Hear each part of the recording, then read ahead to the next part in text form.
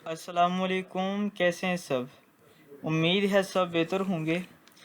आज next video ये video playlist की है जिसमें हम रोज़ डिस्कस करते हैं कि आज कौन सा ग्रुप था और कौन कौन से प्रैक्टिकल्स पूछे गए हैं।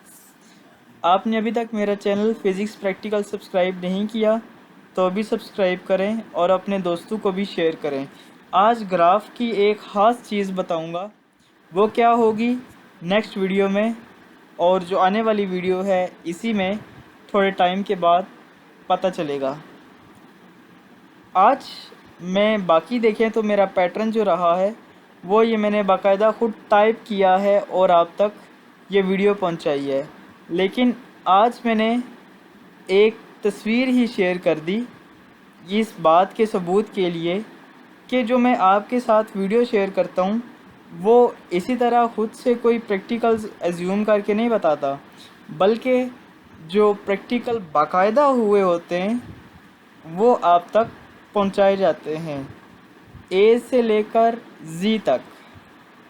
ये देखें तो मैंने एक तस्वीर ही इसमें ऐड कर दी। ये ग्रुप है ग्रुप 11। आगाज़ करते हैं। देखें सेक्शन वन में देखिए तो क्वेश्चन नंबर 1 है। क्वेश्चन नंबर 1 में पूछा गया है, इसमें देखें ये ऊपर टॉप पे लिखा हुआ है, the candidate will mark any 2 of the following experiments from each section 1 and 2। यानी कि सेक्शन 1 और सेक्शन 2 में से आप कोई से 2 प्रैक्टिकल्स को मार्क कर सकते हैं, टिक कर सकते हैं। The examiner will allot one experiment out of the mark ones to be performed from each section। तो जो एग्जामिनर होगा वो आपको बताएगा कि आपने जो 2 सेलेक्ट किए हैं उनमें से आपने कौन सा परफॉर्म करना है। मैं भी क्या कहा करता था कि जो सेक्शन 1 होता है उसमें से कोई एक परफॉर्म करना होता है और जो सेक्शन 2 होता है उसमें भी कोई एक परफॉर्म करना होता है। सेक्शन नंबर 1 क्वेश्चन नंबर 1 से लेकर 3 तक और सेक्शन नंबर 2 क्वेश्चन नंबर 4 से लेकर क्वेश्चन नंबर 6 तक। हम आगाज़ करते हैं सेक्शन 1 से। सेक्शन 1 का क्वेश्चन नंबर 1 है, फाइंड द वैल्यू ऑफ जी। हमने जी की वैल्यू निकालनी है by free fall method. Free fall method में मैंने आपको कई बार बताया और दोबारा से बता देता हूँ, जी इज़ इक्वल टू 2s/t²। ये फार्मूला, इसमें देखें 2 चीज़ें हैं, आपको एक तो t² चाहिए होगा और दूसरा आपको s चाहिए होगा। ऑब्ज़र्वेशन टेबल कैसे बनेगा, सबसे पहले सीरियल नंबर, इसके बाद s क्या है, distance from which bob falls to the gate. मतलब कि अगर यहाँ से लेकर यहाँ तक ये फ़ासला है, मैं आपको मिसाल दे रहा हूँ, इस एस से लेकर ये इस ऑफ तक, तो ये जो हमारे पास फ़ासला होगा इसको हम एस का नाम देंगे। और टी क्या है, time required for falling the ball. ये हम सेंटीसेकंड्स में देते हैं। हमारे पास जो लैब में ऑपरेटर्स है उसमें जो टाइम शो होता है वो सेंटीसेकंड्स में होता है, फिर हम उसको सेकंड में कन्वर्ट कर लेते हैं और उसका स्केल लेते हैं तो हमारे पास वैल्यूज़ मिल जाती हैं एस की और t² की। इसमें देखिए तो ये देखें तो क्वेश्चन नंबर 10, यानी कि इस क्वेश्चन के भी 10 मार्क्स हैं, इसके भी 10 मार्क्स और इसके भी 10 मार्क्स। आपको जो भी सही आता होगा इसका मतलब है कि आपने 10 नंबर गेन कर लिए।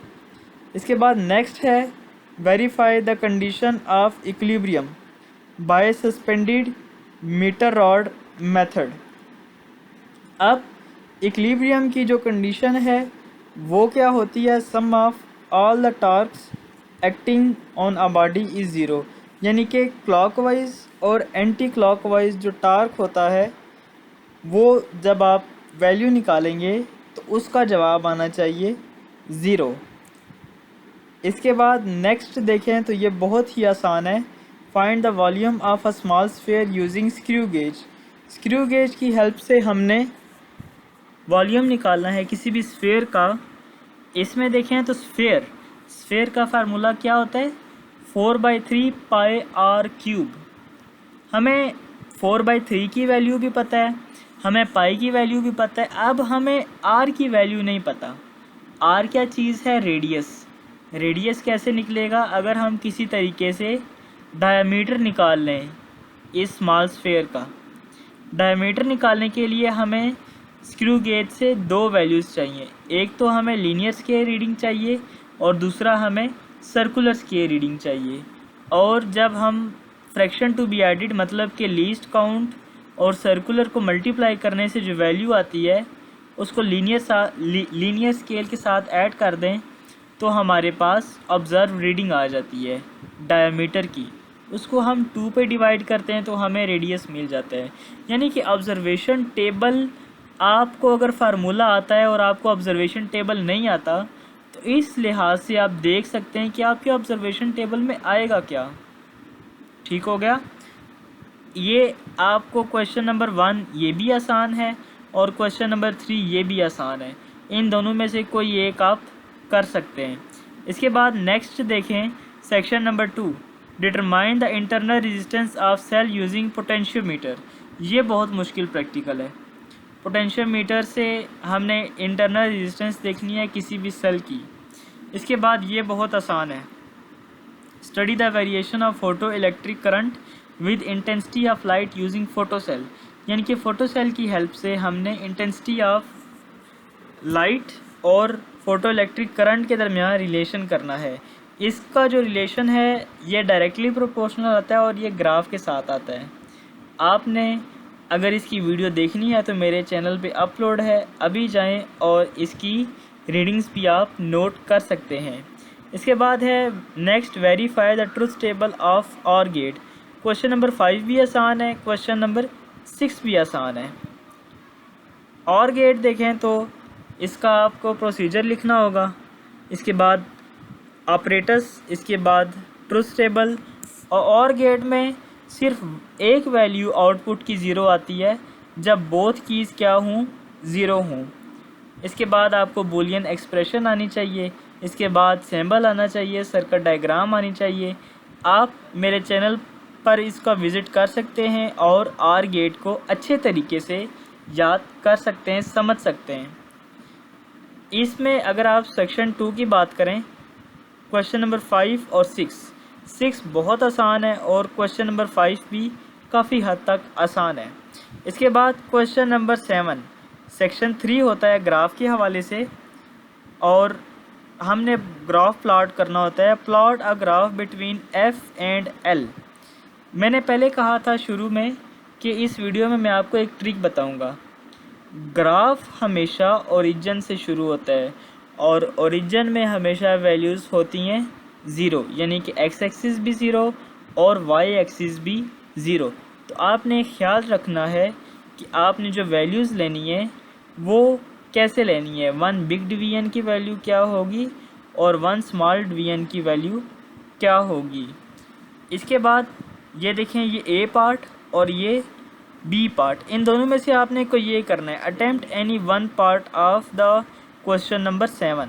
इन दोनों में से जो भी आपको आसान लगता है वो आप परफॉर्म कर सकते हैं। इसके बाद देखें तो क्वेश्चन नंबर 8 है। क्वेश्चन नंबर 8 की बात करें तो ये नोटबुक है। नोटबुक के आपके 2 मार्क्स होते हैं और अगर आपकी नोटबुक ना हो तो आपको पेपर में नहीं बैठने दिया जाता।